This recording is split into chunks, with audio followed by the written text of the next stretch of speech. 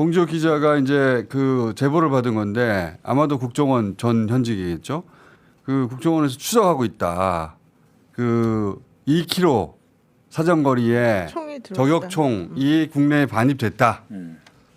그거를 추적하고 있다는 거였잖아요. 저도 비슷한 거 받은 적이 있는데 저는 복수다. 그게 총이 한 대가 아니라 그런 얘기를 들었거든요. 저도 받았어요. 그렇죠. 그래서 국정원 오비들이나 국정원에서 총을 그 전에도 그러면 요인 암살용 총을 이렇게 들여온 적이 있는지 이렇게 쭉 그 물어봤더니 있었더라고. 이명박 때요. 이명박 때도 원세훈 때 원세훈이 국정원장이 딱 되자마자 북한 요인 암살용 그거는 우리는 모르지만 그 세계에서는 오피셜이잖아. 네, 자 북한 요인 암살용 부대를 하나 만들었습니다. 스트라이커 부대인데 정확한 명칭과 그런 거는 조금씩 제가 좀 바꾸겠습니다. 북한 요인 암살용 스트라이커 부대를 만들었는데 그때 스나이퍼가 없는 거예요 국정원에. 그래가지고 그때 수입해왔어요. 네, 수입해 옵니다. 총도 수입하는데 사람을 수입해와요. 사람도 어디서 고용하는데 총을 3대 구입하는데 일단 대인 적용용 총 2대 그리고 대물 적용용 총 1대를 구입합니다. 자, 대인 적용용은 3천만 원대였고요. 대물 적용용은 6천만 원입니다. 그런데 여기에 레이저 조준기가 총기보다 훨씬 비싸대요. 거기에 레이저 조준기를 달고 소음기를 답니다. 그러면은 대인 적용용 총이 한 1억 대가 넘어가고요. 그다음에 대물 적용용은 한 1억 5천 이 정도 가격인데 그때 이 총을 사서 온다고 그 외국에서 정식으로 가져오기 어려워서 외교 행랑으로 3대를 들여와서 부대를 운용했다는 그런 그건 과거 얘기인데 과거에 그 경험과 그 루트로 다시 돌아왔다는 건가? 아니요. 그래서 그 사람들이 총을 가져와서 운용하다가 지금은 정보사에 그 총을 보냈대요. 그리고 지금은 이 가격이 비싼데 만약에 오비들이 움직인다면 그때 그 경험을 가진 그렇죠. 사람들이 움직였을 것이다. 그때 그 스나이퍼 부대를 운용했고 스나이퍼 부대를 운용하기 위해서 총을 들여온 사람들이 있는데 그 사람들을 쫓아가 보면 그 사람들의 흔적들을 보면 지금 움직임을 좀 잡을 수 있지 않을까 그런 생각도 합니다.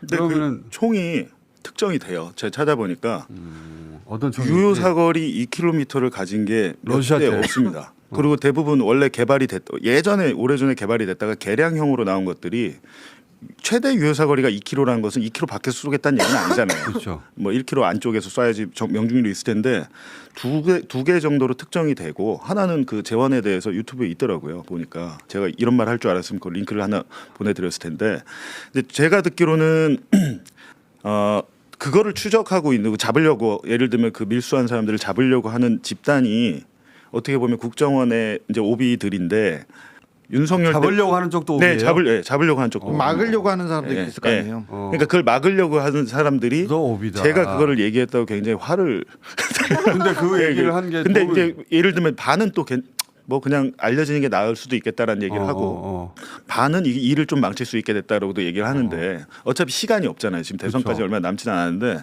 저는 이 부분은 정말 조금이라도 사실이라면 끝까지 수사를 해서 잡아야 되는 게 대선 때까지만 이게 유효한 겁니까? 아니잖아요. 그렇죠. 대선 이후에도 암살을 할 수 있으면 할 수 있는 거잖아요. 그러니까. 근데 그런 부분에 대해서 이게 정말이라면 제가 볼 땐 신빙성이 꽤 있습니다. 그래서 계약은 대선 때까지만 했다던데. 근데 아니죠. 계약서도 나와요. 아니 정말 돈 때문에 움직이는 거가 아닙니다. 제가 볼 땐 신념이 더해져 있어요. 신념이 그러니까 정말 싫은 거예요. 이게 종교 쪽에서 민 사람들의 신념이 이제 강하고 이제 이쪽에서 하는 사람들은 그런 신념보다는 대선 때까지 막아라 뭐 이런 얘기였다는데.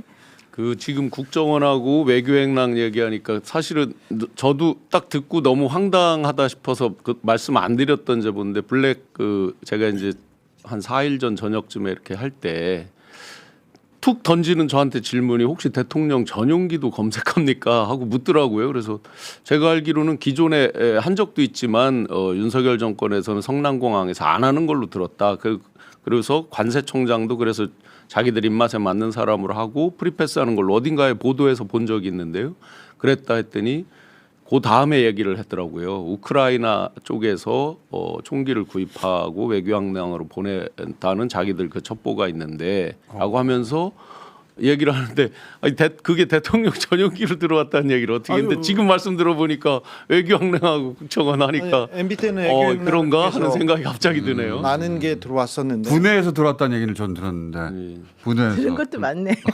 그러니까 말안 해서 많이 들은 건 참 들으셨네요. 많아. 네, 예. 맞네요. 조각적으로 들은 건 참 많아. 근데 이런 이야기들이 풀 패키지로 나오지가 않고 보통은 조각조각으로 이야기가 나오잖아요. 그렇죠. 근데 다 합쳐 보면은 큰 그림이 나와요. 그렇죠. 그러니까 그 12.3 이후에 몇 대를 분해해서 누군가가 들여왔고 그게 스탠딩 오더로 여전히 유효하다 여기까지 아니에요. 거기까지 제가 네. 종합해보면 그런 것 같은데. 거기까지가 지금 상황이. 맞아요. 포기했다, 그건 철수했다 아니에요. 얘기가 그건 없어요. 없어요. 예. 그리고 그걸 찾고 있다. 여기까지거든요. 국정원장 이제 새 정권에서 국정원장이 바뀌면 공식적인 조사 수사가 될 수 있잖아요. 근데 그 전에는 안 될 것 같습니다. 그러니까 예. 지금 국정원장이 또 예. 완전히 이 내란에 관여했느냐 안 했느냐로 수사 대상이 될 사람이라 자기가 이걸 제대로 인력을 투입해서 할 리도 없을 것 같고. 그렇습니다. 아무튼 그 국정원에서도 부대가 있었고요. 그다음에 정보사에서는 아직 이게 총기를 가지고 있고, 그다음에 경찰 707 특수부대 그 사람들을 좀 좁힐 수 있어요. 그래서 좁힐 수 있어서 그 사람들을 좀 그 부대를 면밀하게 쳐다보면 그 위험을 좀 방지할 수 근데 있지 않을까 그런 생각도 해요. 나는 걱정되는 게 이거예요. 이제 지금 지기현 부장이 재판을 하고는 있지만 구속돼 있는 사람이 2명 있거든요. 김용환하고 노상원하고. 노상원. 근데 이 두 사람이 이제 6개월이 다 돼가요. 만료가 다 돼. 그래서 6개월이 얼마 안 있으면 이제 나와요. 어. 근데 그 당시에 그 오비들을 이렇게 움직여가지고 이런 거 저런 거 하게끔 만들었던 사람이 노상원이고 뭐 다 죽여버려 뭐 이런 얘기 했다는 거. 이거 둘이 핵심이잖아요.